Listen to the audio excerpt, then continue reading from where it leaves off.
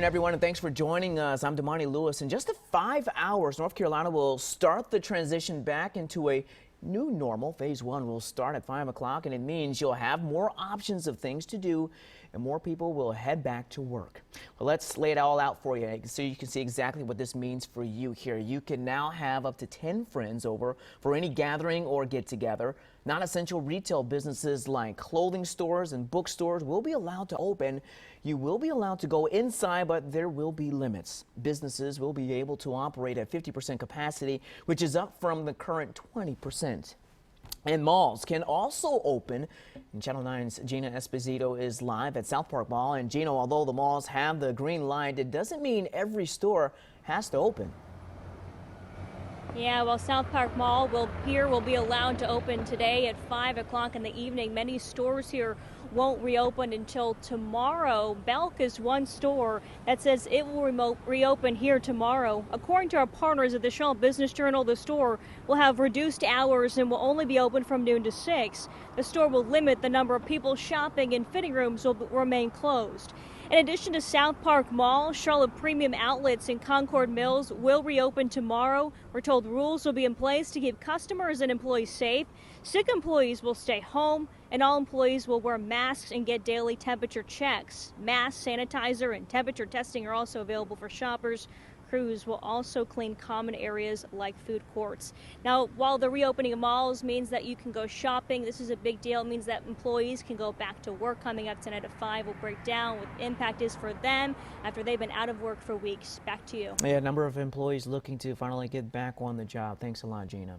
Well, this is just the start of many changes you'll see over the next month or so. Phase 1 should last about 2 to 3 weeks if things go well. And we'll start Phase 2. That would lift the stay-at-home order and allow restaurants to open their dining rooms. And if all goes well, 4 to 6 weeks later, Phase 3 would kick in, and that would increase the people allowed inside churches, restaurants, and other businesses. Now, as the state gets ready for Phase 1, a North Carolina health director is sounding the alarm. An email obtained by Channel 9 shows the Franklin County health director emailed all health directors in the state warning them about reopening too soon. Scott Levine wants everyone to learn lessons from the pandemic of 1917 to 1919. His major fear is 2 weeks from now, an order that would allow places like salons and bars to reopen. He says the last thing he wants is a resurgence, and all of the social distancing we've been doing would have been for nothing. When you open up and allow more people to intermingle, no matter how many precautions you take, there's going to be an uptick. And we're not doing enough tracing and testing to really catch all of that. While the reopening in Phase 1 is gradual, the stay-at-home order will stay in effect until May 22nd at the earliest. But now that modified stay-at-home order won't keep people away from many state parks who are opening up restrooms, trails, and boat ramps. In fact, places like South Mountains State Park are getting ready for larger crowds. Let's turn now to Channel 9's Dave Faraday, who's there live. And Dave, what should people expect if they go out there? Well, Damani, the park is hugely popular, mainly because of the High Shoals waterfall. I found out this morning that last year alone, more than 300,000 people visited the South Mountains State Park. But if you go out there tomorrow, you're definitely going to see some changes. Take a look at some of this video that we shot first thing this morning. When we arrived at South Mountains State Park this morning, all the picnic areas are closed with caution tape. Park rangers showed me the signs that will be placed near the High Shoals waterfall, warning folks not to overcrowd the viewing deck. They want to keep the numbers down to about 10 people at a time.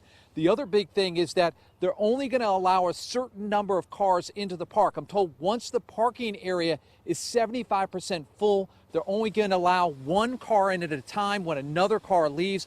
All of this in an effort to allow people to enjoy the park but prevent the spread of the virus. 5 weeks ago when the park closed, there was a big time overcrowding in the park. Nearly 4,000 people showed up on one day. Fishing, horseback riding, mountain biking, and hiking will all be permissible activities.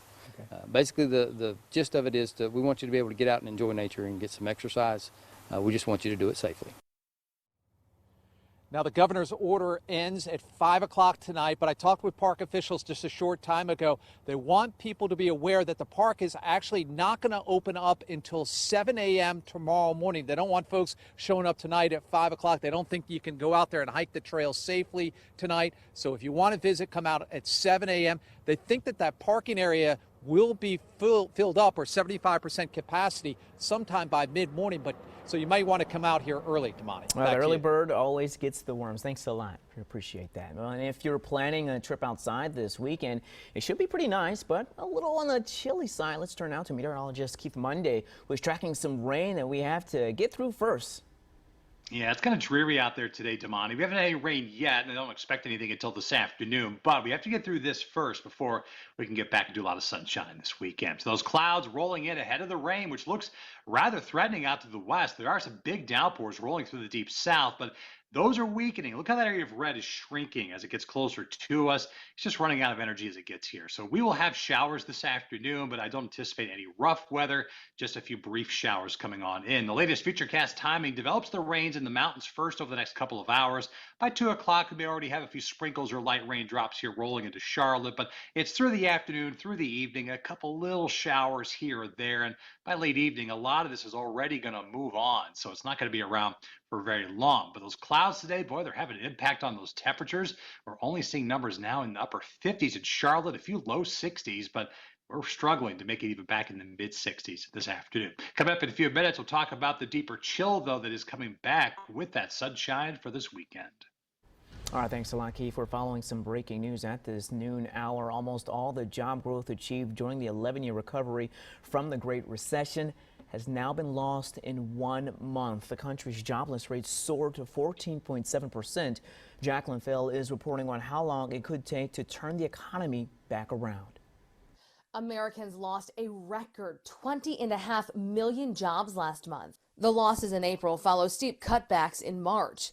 There's no playbook on what to do here. This virus has shattered the economy due to a self-imposed shutdown. I dug into the data from the Labor Department and found more women than men have been laid off.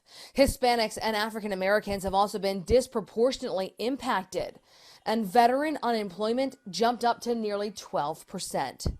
Analysts say job growth could start again by Memorial Day as businesses in many parts of the United States start to reopen.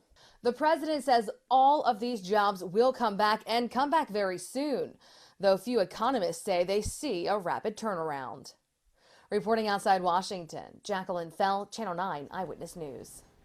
Well, there are fewer than 500 new cases and 20 deaths in North Carolina. Both of those numbers are down from the past 2 days. Now, the new 471 cases are much less than the 639 new cases the day before. In total, more than 527 people have died, and another 500 are in the hospital right now, and all of this is out of 178,000 completed tests. And we want to focus on Mecklenburg County here for a moment here. They just gave us updated numbers here. Take a look here. They have nearly 2,000 cases and 60 deaths. People between the ages of 20 to 59 make up 3/4 of the total cases, but only a few deaths. Those patients were older than 50, and the rest of the deaths were older than 60 and had chronic illnesses. Well, Gaston County commissioners are getting $3.9 million to help with COVID-19 expenses. Now, we know that some of the money that the state gave to the county will be used to sanitize playground equipment and public buildings before they reopen. It may be all the county gets until December. If experts are right, that may be after a second wave of coronavirus. County leaders have already reached out to our budget staff to start putting together a list of the most essential needs right now. Well, some of the money will be used to reimburse cash given to residents who needed help with rent and vehicle repairs. Well, Cleveland and Lincoln County are also getting relief money from the state. Cleveland is getting $1.2 million, while Lincoln gets $1.1 million. Now, the money can only be used to offset costs brought on by the pandemic, like testing and sanitizing public areas. Well, Governor Roy Cooper wants to make sure everyone has access to testing. His goal is to double the number of people being tested each day. Today, Atrium's mobile units are at Our Lady of Guadalupe Catholic Church off of Tuskegee Road, as well as the Cabarrus Dream Center on Concord Parkway. They just started testing and will be out there until 6 o'clock, and you do not need an appointment. And workers at Salvation Army Charlotte are busier than ever helping our most vulnerable neighbors. Well, people's needs have skyrocketed since the pandemic started. Before, the Salvation Army Center of Hope facility housed more than 400 people, way above capacity. Well, that's made social distancing a challenge. Well, now the center cleans rooms more often, gives mandatory temperature checks, and provides masks to keep everyone safe. Employees think Charlotte's homeless population will surge when North Carolina's freeze on evictions expires. Those folks will eventually have to pay those rents. Well, the Salvation Army says their goal is to be proactive instead of reactive if more people need help. Well, here at Channel 9, we're raising money for Second Harvest Food Bank to make sure families don't go hungry. And we're thankful those who have already donated $60,000. And if you are in the position to help and willing to donate, you'll find the information for our 9 virtual food drive by going to 9fooddrive.com.